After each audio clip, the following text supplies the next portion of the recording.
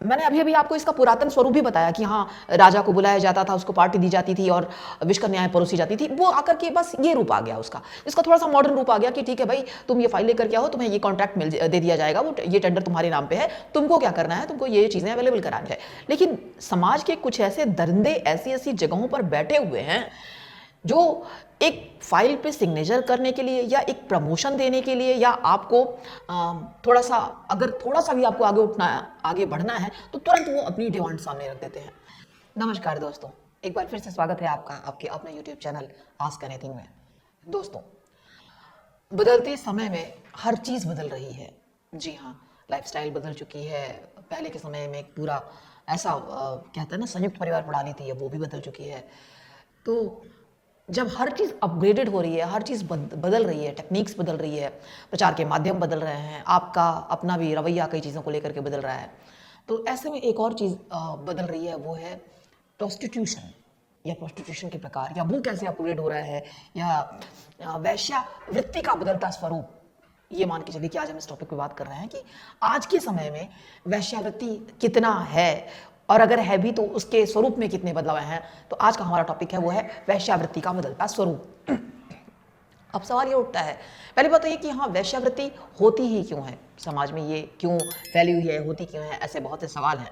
लेकिन वैश्यावृत्ति क्यों है, इसका स्वरूप कितना बदला है आज के समय में, ये रुक कैसे सकती है, हम इस पर भी आगे चल करके इस वीडियो में बात करेंगे। तो जाइएगा कहीं नहीं, हमारे साथ बने रहिएगा, क्योंकि ये वीडियो आपके लिए काफ़ी नॉलेजफुल होने वाली है।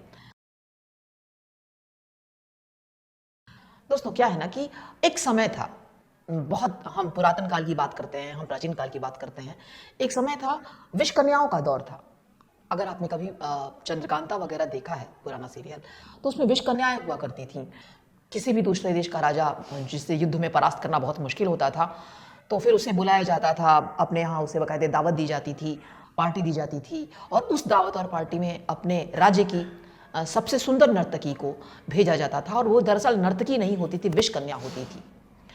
तो वो ऐसा, मतलब उनके पास ऐसे झटके लटके ऐसे तंत्र मंत्र होते थे कि वो उसी में ही उनको घायल कर देती थी।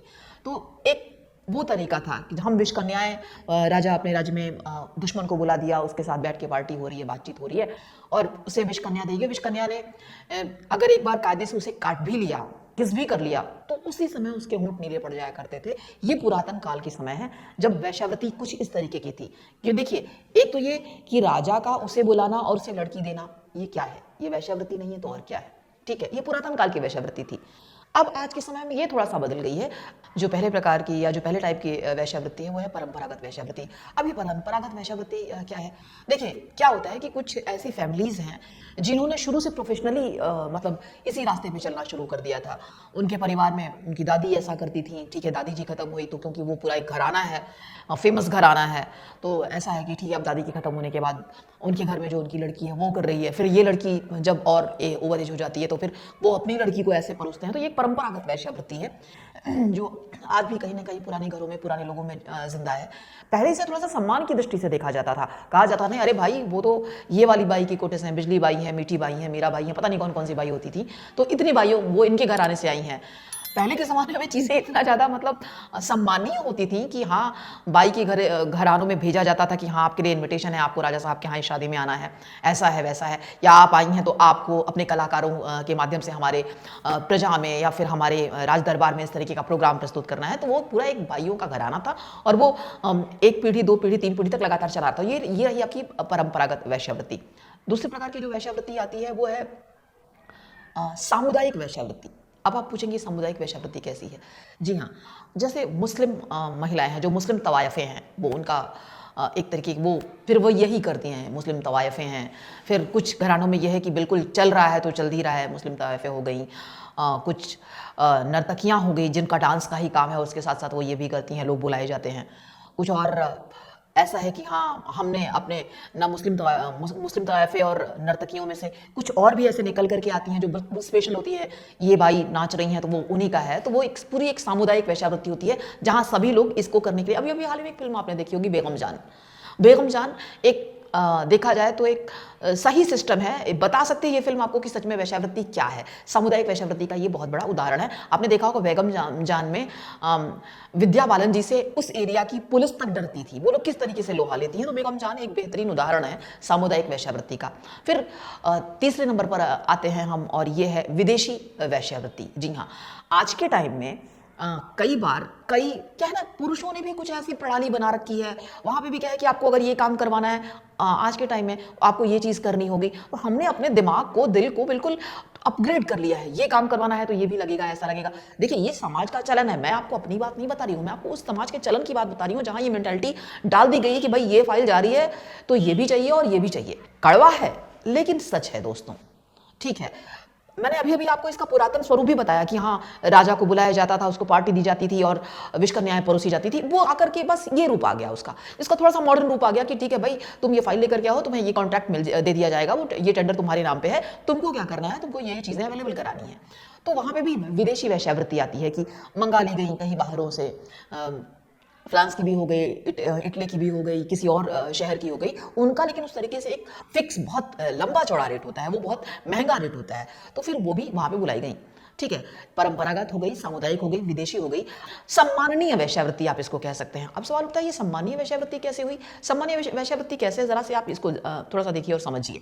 फोर्थ नंबर पर ही आता है सम्मानीय वेश्यावृत्ति। ऐसे हुई, आज के टाइम में हर लड़की जब भी घर से बाहर निकलती है तो एक तो वो जॉब करने के लिए निकलती है, ये भी सच है, लेकिन समाज के कुछ ऐसे दरिंदे ऐसी ऐसी जगहों पर बैठे हुए हैं जो एक फाइल पे सिग्नेचर करने के लिए या एक प्रमोशन देने के लिए या आपको थोड़ा सा, अगर थोड़ा सा भी आपको आगे उठना है, आगे बढ़ना है, तो तुरंत वो अपनी डिमांड सामने रख देते हैं।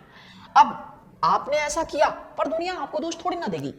कल को जब दुनिया को उस प्रमोशन का कारण पता चलेगा तो वहां पर ये चीज सामने अपने आप आ जाती है, अपने आप ये चीज इंक्लूड हो जाती है कि अच्छा ऐसा करने के लिए हमें ऐसा करना पड़ा। वो सम्मानीय घरों की अच्छी लड़कियां होती हैं, वो बड़े घरों की अच्छी लड़कियां होती हैं, वो जॉब में थोड़ा सा प्रमोशन के लिए या फिल्म में थोड़ा सा प्रमोशन के लिए या फिर कोई और सेक्टर है, अगर वो पायलट में है, वो एयरलाइंस की जॉब में है या वो मेडिकल की जॉब में है, वो इंजीनियरिंग की जॉब में है, तो अपनी फील्ड में प्रमोशन के लिए भी वो एक सम्मानीय वेश्यावृत्ति को अपनाती हैं। क्यों? क्योंकि सामने वाले की नजर ही ऐसी है, वो बिना, वहां पैसे से काम नहीं चलता। वहां क्या है, ठीक है आप 2 लाख दे रहे हो, 5 लाख दे रहे हो, मतलब ही नहीं है, 2 लाख 5 लाख अपनी जगह है। वहां सामने वाले के पास डिमांड रखी जाती है कि हम ऐसा करेंगे, इसके बाद ही हम तुम्हें प्रमोशन देंगे। तो आप इसे सम्मानीय वेश्यावृत्ति कह सकते हैं। इसके लिए आप लड़कियों को दोष दे भी सकते हैं और नहीं भी। वहां मजबूरी ये होती है ना कि ठीक है, अगर हम प्रमोटेड हो जाएंगे तो समाज में हमारी एक वैल्यू हो जाएगी। आपको भी पता है कि समाज में वैल्यू होती है प्रमोशन वाले बंदे की। नहीं प्रमोटेड होते हैं तो भी यही समाज जीने नहीं देगा।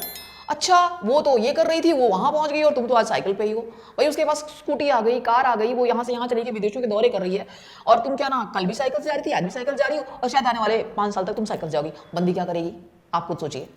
वो बोलेगी ना कि हाँ यही सही है भैया, कि मुझे जो अवसर मिल रहा है मैं उस अवसर का लाभ उठाऊं, मैं इस मौके को क्यों छोड़ूं। ठीक है, ये हमारे सर कहते हैं, ये ठीक है, ये हमने ये फाइल रख दी, सर आप सिग्नेचर कर दीजिए, आप जो चाहते हैं वो आपके लिए अवेलेबल है। ये होगी सम्मानीय वेश्यावृत्ति, जो समाज के उस वर्ग में है जो वर्ग थोड़ा सा डरता है, शर्मीला है, जो खुल करके कुछ नहीं कर सकता, बट उसे प्रमोशन भी चाहिए, उसे पैसा भी चाहिए, उसे रुतबा भी चाहिए, उसे सब कुछ चाहिए, बट वो इसके लिए एकदम खुल करके किसी भी क्षेत्र में आने को नहीं तैयार है। तो ये रहा आपका चौथे प्रकार की वेश्यावृत्ति। अब आते हैं हम 5वें प्रकार की वेश्यावृत्ति पे। देखिए, 5वें प्रकार की वेश्यावृत्ति थोड़ी सी जनजातीय वेश्यावृत्ति है। अब ये पूछेंगे आप, ये जनजातीय वेश्यावृत्ति कैसी हुई है? जी हाँ, कुछ ऐसे भी परिवार हैं जहां 2 वक्त की रोटी नसीब नहीं होती दोस्तों। कुछ ऐसे भी परिवार हैं जहां खाने के लिए रोटी नहीं है, पहनने के लिए कपड़े नहीं है, झुग्गी झोपड़ी है, बस्ती है। आप हिमाचल की तरफ चले जाइए, आप नेपाल की तरफ चले जाइए, आप उड़ीसा की तरफ चले जाइए, आप आसाम की तरफ चले जाइए, आप कलकत्ता की तरफ चले जाइए। ऐसी तमाम जनजातियां हैं जहाँ छोटे छोटे घर हैं, मतलब उनके पास लड़कियां हैं। अब क्या है ना, व्यवस्था है नहीं। झारखंड की तरफ चले जाइए, थोड़ा सा और आगे निकल जाइए, बिहार की तरफ चले जाइए, लेकिन लड़कियां हैं। अब वहाँ पे परिवार मजबूर है, कहाँ से पैसा आए, क्या किया जाए। अब ऐसे जो बड़े घरानों के लोग जो जाते हैं, जो ऐसी जगहों पर फैक्ट्री लगाने जाते हैं, जो ऐसी जगहों पे एक कंपनी खड़ा करने जाते हैं, जो रोजगार देने जाते हैं 10,000 लोगों को, तो वो अगर वहाँ पहुँचते हैं तो किसी भी गरीब घर के लोग आते हैं और वो कहते हैं कि हाँ हमें ये करना है, और फिर वो अपनी डिमांड सामने रख देते हैं कि ठीक है, अगर तुमको इस कंपनी में जॉब करनी है, इस प्रोफाइल पे जॉब करनी है, तो तुम्हारे पास ये है और वो तुम दो।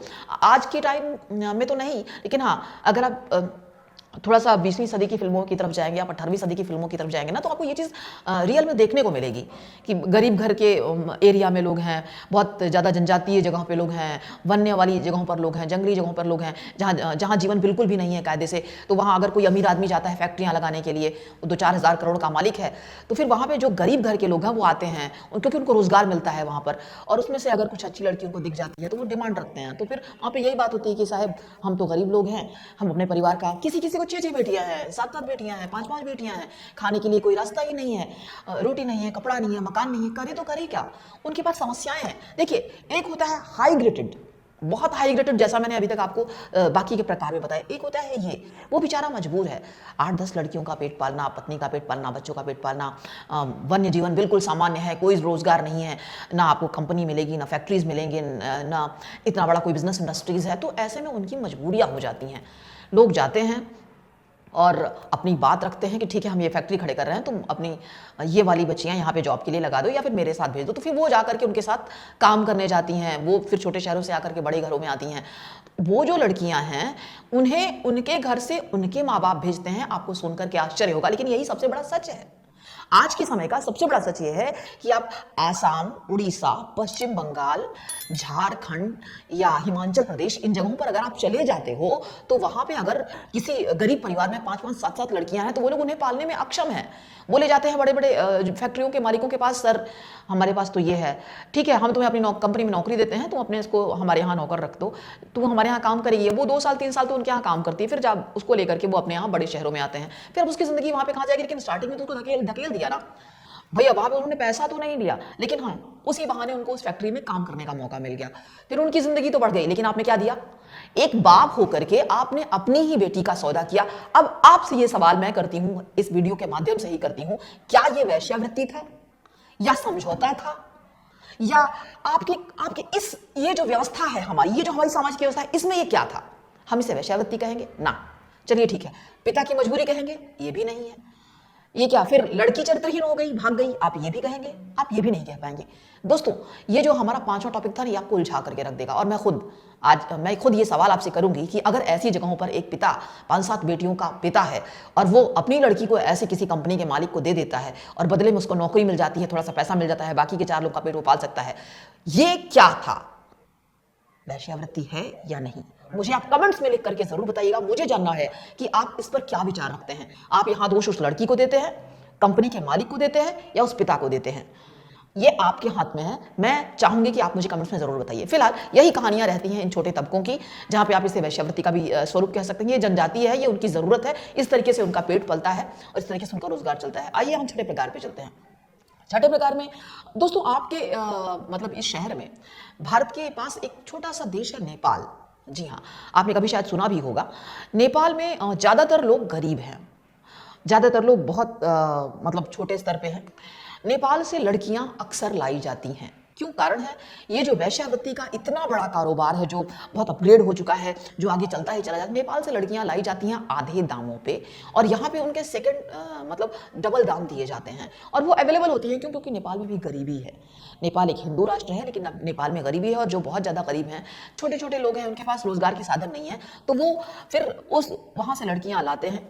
कुछ के माँ बाप बिल्कुल मतलब अलाउड नहीं करते। देखिए, वो उससे थोड़ा सा अलग है। ये तो जनजाति है जो मैंने आपको बताया, ये उससे थोड़ा सा अलग इसलिए है क्योंकि वहां पर माँ बाप को ये बताया नहीं जाता कि हाँ हम आपकी बेटी के साथ क्या करेंगे, कैसे करेंगे। वहां होता क्या है, मैं आपको थोड़ी सी नई जानकारी देने जा रही हूँ। आप इसे एक ऐसे स्तर का वेश्यावृत्ति कह सकते हैं जिसमें शादी तक की जाती है। सुन के आपको आश्चर्य होगा, लेकिन छठे प्रकार की वेश्यावृत्ति में शादीशुदा वेश्यावृत्ति मान करके चलिए इसको। कैसे? एक व्यक्ति जाता है इधर से, कोई भी बहुत हाई टैलेंटेड व्यक्ति, बहुत ऊंचे लेवल पे है, वो बॉम्बे में है, या फिर वो दिल्ली में है, या वो कनाडा में है, वो सिंगापुर में है, कोई भी बाहर का विदेशी व्यक्ति आता है। ऐसा व्यक्ति जिसको भारतीयता की समझ हो, कुछ टाइम तक सब कुछ अच्छे से स्टडी करता है, फिर वेश्यावृत्ति के इस पूरे कारोबार को बाकायदे वो समझता है। फिर वो ये फिक्स करता है, ये समझता है कि यहाँ सबसे रेट में चीज़ें सस्ती हमको कहाँ मिलेंगी। ये पूरी एक स्टडी होती है। पता चलता है कि सबसे रेट में सस्ती चीज़ें आपको मिलेंगी कहाँ? भारत के बाहर, भारत के पड़ोसी देश नेपाल में। अब वो वहाँ पर जाता है। वो वहां सीधे ये नहीं कहता जा करके कि हाँ, एक सर्वे के अनुसार, मैंने भी इस चीज को पता किया था, वो सीधे जाकर के ये नहीं कहता कि मुझे आपकी लड़की चाहिए। वो 15 दिन 20 दिन पैसा लगा करके होटल में 1 महीना तक वो कम से कम नेपाल में रहता है। 1 महीने तक नेपाल में रहने के बाद वो लोगों से परिचय बनाता है, हर एक के घर में अंदर तक घुस जाता है। अंदर तक जब वो घुस जाता है तो वो देखता है कि किसके परिवार में कितनी लड़कियां और कितनी गरीबी है। धीरे धीरे वो अपने पैसे का मतलब दिखाता रहता है, भाई पैसा सबको चाहिए सर। उसमें वो कहीं कहता है अच्छा आपकी ये लड़की, ये तो मुझे बहुत पसंद है सर, अभी तक तो शादी का मौका मिला नहीं, इतने साल तक विदेशों में रहा, बड़ा बंगला है, गाड़ी है, रुपया है, पैसा है, लेकिन बस एक लड़की नहीं मिली जिससे मैं शादी कर सकूंगी। उसकी ये कहानी एक घर में नहीं होगी, उसकी ये कहानी कम से कम 50 घरों में होगी। जी हाँ, चौंकाने वाला सच है लेकिन सच है। उसकी ये कहानी कम से कम 50 घरों में होगी। 50 घरों में जाकर के वो सिर्फ एक बात कह रहा होगा, अभी तक तो मुझे कोई लड़की मिली नहीं शादी करने के लिए। और देखिए, क्योंकि वो परिवार गरीब होता है, वो बिल्कुल तामझाम के साथ शादी कर ही नहीं सकता। वो लोग ले भी जाते हैं किसी शांत जगह पे, वो कुछ पैसे देता है, अरे गुरुजी या भाई साहब जाने दीजिए, क्या है आप अपनी बेटी अपने पास रखिए, बस आपकी हेल्प। अब भैया तुम सामने से आकर के हेल्प करोगे तो कौन नहीं कहेगा कि हाँ भैया हम अपनी बेटी की शादी आपसे करेंगे। और वो 20-22 साल की, 17-18 साल की उस नॉर्मल सी लड़की के साथ, उस मासूम सी लड़की के साथ वो शादी कर लेता है। ऐसी शादी करके वो लड़की को लेकर के आता है।